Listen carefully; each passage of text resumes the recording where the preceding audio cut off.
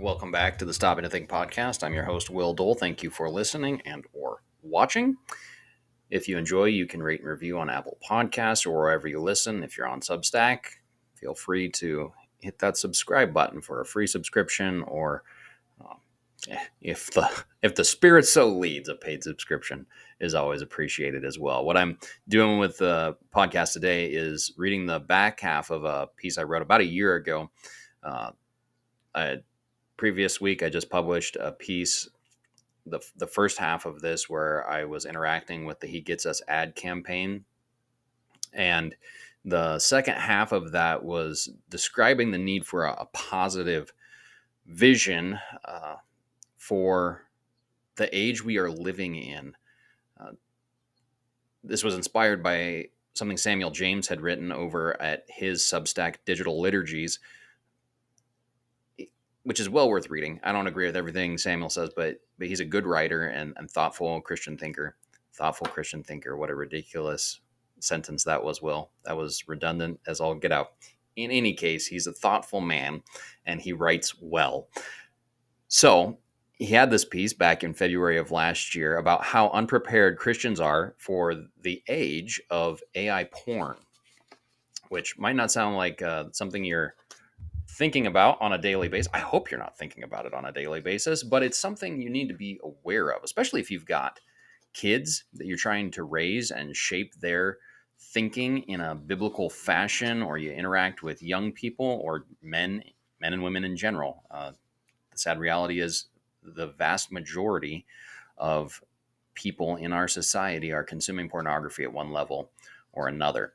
And one of the chief arguments in James's piece is that the mainstay argument of the anti-porn movement, that it harms and degrades women, while it remains objectively true, may in fact be rendered fangless by the advance of AI. Well, if it's just a bunch of pixels on the screen, who's really getting hurt?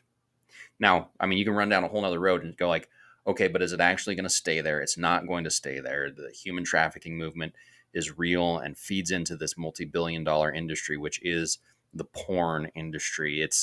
It will continue to degrade human beings, but in terms of discussing that with a particular individual, or as you think about it in your own life, and maybe this is a struggle for you, it's easy to talk yourself into, well, but if what I'm seeing is just pixels, it's not real people, is it really harming anyone?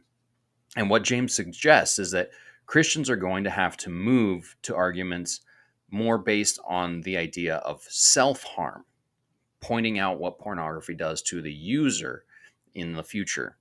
He also notes that going forward, Christians are going to have to return to using clear moral categories. So here is a quote from Samuel James. He says, "Here will be a good stress test for Christian moral theology.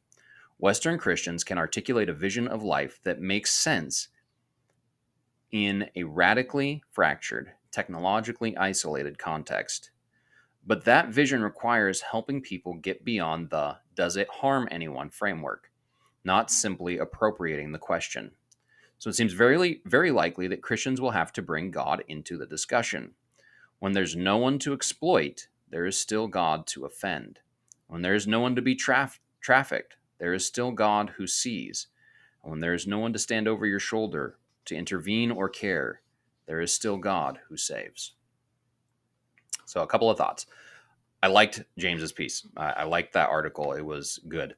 And I agree with his assessment that the do no harm principle just ain't going to cut it at this point, this juncture in history, especially when folks will plausibly say, who's being harmed? Personally, though, I mean, he suggests leaning into the, well, here's how it harms you. And I still doubt that that's going to have a whole lot of purchase, at least not until the theological groundwork of sin as offense against God is first made clear. Clear and direct appeals to God's authority over the body and the resulting reality that sin leads to death, a la Romans 8 and Proverbs 4, are the only clear way forward, in my opinion. As I noted, James does say we need both arguments. That part I quoted from him is specifically referencing the reality of God's judgment. It is bad for you, and it's wrong. But I think the ordering is actually quite significant. We need to start with this is wrong, and that is why it is bad for you. When I wrote this a year ago, I was just starting into Aaron Renn's book, Life in the Negative World, which I have since finished. It's long since finished. It's a very good book. In that book, Renn expands upon his three worlds taxonomy that he first wrote about a number of years ago, but it became popular in his 2022 First Things piece. Uh, James is a fan of Renn's on this point, and I found it useful. Isn't a fan, rather, of Renn's taxonomy here. But I find Renn's work useful in this. In a nutshell, let me summarize Renn for you. He breaks the ongoing decline of Christianity's influence in America into three stages. Now, we need to be clear. All three of these stages he considers to be part of Christianity's declining influence in society. Don't be led astray by the first title of the first stage. The first stage, though, is positive world. From 1963 to 1993 was a time when being publicly Christian had social cachet and benefit. Even though the influence of Christianity was declining, it was still publicly beneficial to you to be known as a good church-going person, a moral man who had an affinity and affiliation with Christianity. Neutral world, 1994 to 2013, was a time when those benefits were waning, but you could publicly be a Christian, even hold to biblical morality in the public square, and it may not help you, but it's not going to hurt you. To take as an example, in 2008, Barack Obama was running as a proponent of the Defense of Marriage Act. Like, still believed in one man, one woman. I don't know that he actually believed in, but was publicly supporting the definition of marriage as one man to one woman. But now we live in negative world, starting 2014 to the present, where being publicly orthodox in your beliefs, especially around moral issues, can be genuinely costly. So to use that framework in dialogue with James's piece, being in the negative world opens for the church a clear opportunity to positively articulate biblical norms, rather than assuming those norms in society as we have in the past and then losing them. We have an opportunity to put them forward as both absolutely prescriptive from God's word and compellingly better than what we see in the world around us. We need to lay down the biblical instructions for marriage and sex in bold, bright letters for our children and our congregants and the world around us. We need to do it loud enough to be heard. We need to not give a hoot what the world thinks, because the culture that thinks the Bible is for backwards rubes is currently burning down around us.